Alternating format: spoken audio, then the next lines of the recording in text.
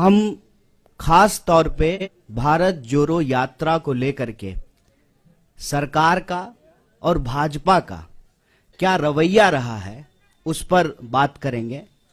मैं सबसे पहले आपको ये कहना चाहता हूं कि आप सब लोगों ने देखा है शुरू से ही, जब से इस यात्रा का अनाउंसमेंट हुआ है, जब से इस यात्रा की घोषणा हुई है, खास करके भाजपा ने इस यात्रा पर चौतरफा हमला करना शुरू कर दिया।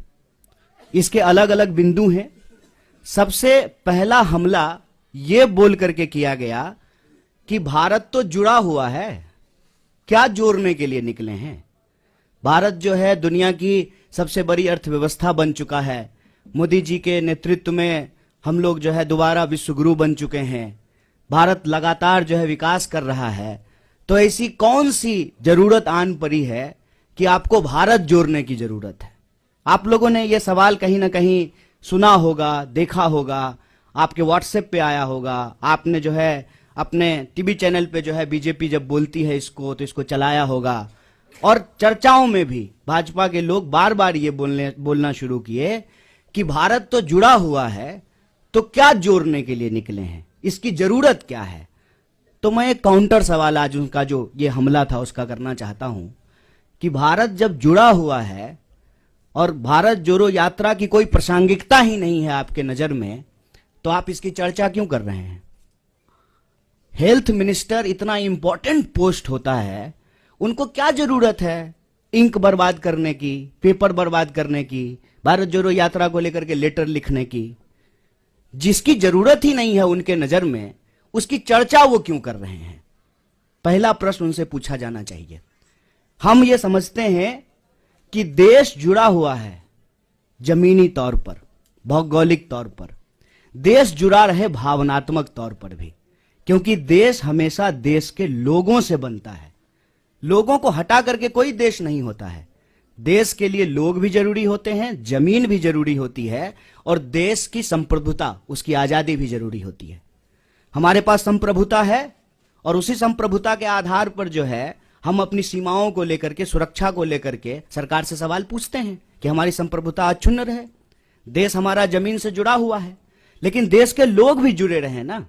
जब इस देश के लोगों को उनके पहचान के आधार पर बांटा जाता है, उनके अंदर भेदभाव पैदा किया जाता है, एक के खिलाफ जब दूसरे को खड़ा किया जाता है, तो देशवासियों को आपस में तोड़ने की कोशिश की जाती है। और देश अगर भावनात्मक रूप से नहीं जुड़ा रहेगा तो आप जमीन से भी बहुत देर तक जोड़ के नहीं रख पाएंगे। इसीलिए देशवासियों को आपस में जोड़ना जरूरी है। और पहले दिन से हमने कहा कि यह यात्रा दिलों को जोड़ने की यात्रा है। हम चाहते हैं कि देश में मोहब्बत हो। यह जो नफरत की बयार लगातार बह रही है, इस नफरत को हराया जाए, क्योंकि अगर नफरत का माहौल रहेगा तो देश के भीतर जो बुनियादी सवाल हैं, रोजी रोटी, कपड़ा, मकान, शिक्षा, स्वास्थ्य, सड़क, बिजली, पानी, ये मुद्दे गायब हो जाएंगे राजनीति के विमर्श से। हमारी मंशा बिल्कुल साफ थी। तो जो लोग ये पूछ रहे थे उनको ये समझना था, ये सवाल खुद से पूछना था कि क्या जब इस देश में भर्ती घोटाला होता है, भर्तियां नहीं होती हैं, जब किसी इंसान के साथ सरेआम मारपीट होती है, महिलाओं के साथ बलात्कार होता है, तो आपकी भावना नहीं टूटती है, नौजवानों के सपने नहीं टूटते हैं। उसी भावनाओं को जोड़ने के लिए, उसी सपने को जोड़ने के लिए यात्रा है। तो पहला हमला उन्होंने ये किया कि भारत जोड़ो यात्रा की जरूरत क्या है। दूसरा हमला जब यात्रा शुरू हुई तब उन्होंने दूसरा हमला किया, और यह बड़े शर्म की बात है और बड़ी सोचने की बात है। हमारे बीच में भी मेंबर ऑफ पार्लियामेंट बैठे हुए हैं, इलेक्टेड रिप्रेजेंटेटिव्स हैं। इलेक्टेड रिप्रेजेंटेटिव की एक जिम्मेवारी होती है कि वो जब भी बोले तो सोच समझ करके बोलें, ताकि हम भी उनको फॉलो करें, हम भी उनसे सीखें। और मैं तो कहता हूं कि आज अगर नेताओं की बात पे भरोसा करके कोई स्टूडेंट उसको सच मान ले और परीक्षा में वही लिख दे तो वो फेल हो जाएगा, क्योंकि वो इतना झूठ बोलते हैं, इतना गलत बोलते हैं। आप याद कीजिए, दूसरा हमला हुआ जिस दिन यात्रा शुरू हुई, देश के मंत्री के द्वारा, चुने हुए रिप्रेजेंटेटिव के द्वारा झूठ बोला गया कि राहुल जी जो है विवेकानंद जी की मूर्ति पे नहीं गए थे। तो दूसरा हमला उन्होंने किया कि यात्रा जब शुरू हो गई है तो उसको बदनाम करने का। और यहीं पे यह बात रुकी नहीं, फिर बात आ गई जूते पर, फिर बात आ गई फीते पर, फिर बात आ गई टी शर्ट पर, फिर बात आ गई दाढ़ी पर, फिर बात आ गई महिलाओं पर, और यहां पर भी वो रुके नहीं, माने नहीं, हर दिन कुछ ना कुछ निकालना शुरू किए। और जब हकीकत में कुछ नहीं मिला तो जो उनका तीसरा हमला था, जो उनका डर्टी ट्रिक डिपार्टमेंट जो करता है कि किसी का सर किसी के जो है सर के ऊपर लगा दो, किसी का आवाज कहीं पे चिपका दो, यात्रा को लेकर के नकली वीडियो बनाना शुरू किए। यात्रा जब आगे चली जाती है तो पीछे सड़क खाली ही होगी, यात्रा आगे बढ़ गई है तो उस खाली सड़क का वीडियो बना करके दिखाते हैं, कोई है ही नहीं। अरे भाई, जब कोई है ही नहीं, कोई लोग यात्रा में आ ही नहीं रहा है, तो क्यों आपको अभी जो है प्रोटोकॉल की याद पड़ी है? कोरोना प्रोटोकॉल की जरूरत क्यों है? क्योंकि आप तो यही दिखा रहे हैं वीडियो बना बना करके कि कोई यात्रा में आ ही नहीं रहा है। जब कोई यात्रा में आ ही नहीं रहा है तो क्या पेड़ को मास्क पहना दें कि सड़क जो है लपेट करके कंधे पर रख दें राहुल जी के कि नहीं नहीं आप आगे बढ़ गए हैं, सड़क को पीछे कैसे छोड़ दिए हैं, इसको भी लपेट करके कंधे पर ले जाइए। वीडियो, नकली वीडियो, कभी जो है तबलीगी जमात तो कभी कुछ नकली वीडियो बना रहे हैं। जबकि यात्रा में जो लोग शामिल हैं वो देखते हैं सबसे आगे इस देश का राष्ट्रीय ध्वज होता है। और जयराम जी, दिग्विजय सिंह जी, इनसे हम नौजवानों को सीखना चाहिए कि लगातार वो उस झंडे के साथ चलते हैं। हमारा सेवा दल जो हमारे स्वतंत्रता आंदोलन के जमाने के जो गाने हैं उसको गाते हुए चलते हैं। पीछे जो है हमारा एक बैंड पार्टी होता है जो म्यूजिकली जो है देशभक्ति गानों को बजाता है और उसके पीछे जो है वो राहुल जी चलते हैं। तब जो है इस यात्रा के ऊपर जो है देशद्रोह जैसे कालिख लगाने की कोशिश करना, गलत वीडियो बना करके इसको बदनाम करना, ये इनका तीसरा हमला है। और चौथा हमला आप सब लोगों ने देखा होगा कि राहुल जी गुरुद्वारा जाते हैं तब भाजपा ठीक रहती है, राहुल जी जब चर्च जाते हैं तब भी बीजेपी को कोई दिक्कत नहीं है, राहुल जी जब मजार पे जाएं, मस्जिद पे जाएं तब भी भाजपा को कोई प्रॉब्लम नहीं है। मंदिर में जाते ही ऐसा लगता है जैसे भाजपा वालों को कोई जमाल गोटा खिला दिया हो, अचानक से दस्त होना शुरू हो जाता है। क्या प्रॉब्लम है आपको? इस देश का नागरिक, इस देश का व्यक्ति, इस देश के किसी भी धार्मिक संस्थान पर जाने के लिए स्वतंत्र है। आपका कोई जो है पेटेंट है क्या कि सिर्फ आप ही जाएंगे? और नियम, कायदे, कानून, ओम का चादर सीधा है, ओम का चादर उल्टा है, और ये वो लोग बोल रहे हैं जो गुफा में चश्मा लगा करके ध्यान करते हैं। ये जो चल रहा है इससे मैं बस एक अर्थ निकालता हूं कि इन्होंने बहुत कोशिश की कि इस यात्रा को इग्नोर किया जाए। इनसे इग्नोर नहीं हो पा रहा है। बहुत प्रयास किया, बहुत समझाया अपने कार्यकर्ताओं को कि यात्रा गुजर जाए, बिल्कुल खिड़की दरवाजा बंद कर लेना।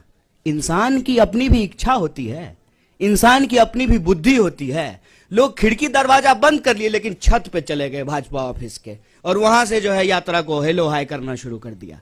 क्या करेंगे? क्योंकि यह यात्रा जिन सवालों को लेकर के चल रही है ना, वो कांग्रेस के सवाल नहीं है, वो देश के सवाल हैं।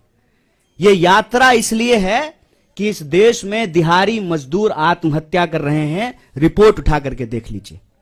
ये यात्रा इसलिए है कि इस देश के नौजवानों के सपने टूट रहे हैं। अब किसान के साथ साथ नौजवान भी आत्महत्या करने पर विवश हैं।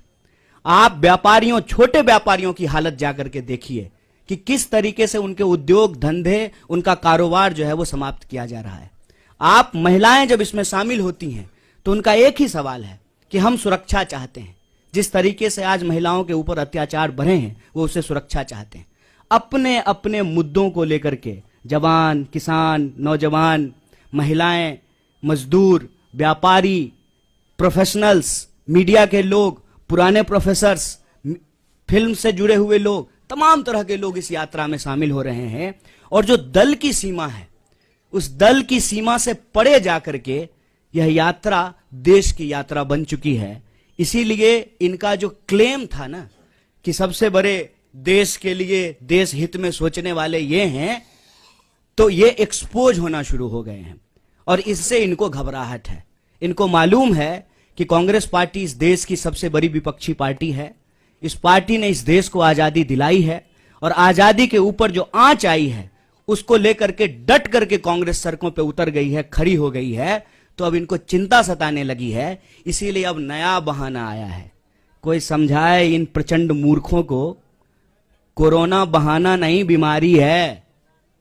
ये ऐसा नहीं है कि स्कूल जाने का मन नहीं है तो बच्चा नहीं करता है, मम्मी दांत में दर्द हो रहा है। ये बहाना नहीं है, ये बीमारी है। और इस बीमारी को लेकर के राहुल जी इस देश के पहले नेता हैं जो सरकार को सबसे पहले चिट्ठी लिखे थे। और ये वो लोग सवाल पूछ रहे हैं। मुझे तो कभी लगता है कि कुछ स्पेशल रिलेशन है बीजेपी का कोरोना से। उसकी रैली में नहीं जाता है, दूसरी की रैली में चला जाता है। और डे नाइट का सेंस कितना है कोरोना को, दिन में हो जाता है, रात में नहीं होता है। आप लोगों ने देखा ना, पार्लियामेंट में कोरोना था, मास्क लगाए हुए थे। शादी में जाते जाते कोरोना चला गया, छुट्टी पे चला जाता है, आराम करता है। ये मजाक बना दिए हैं। हम बार बार कह रहे हैं, शुरू से लेकर के आज तक कोरोना को लेकर के हमारी पार्टी गंभीर है। और जो साइंटिफिक प्रोटोकॉल होगा वो सबके लिए होगा। ऐसा तो नहीं है कि बीजेपी के लिए नहीं होगा और कांग्रेस के लिए होगा।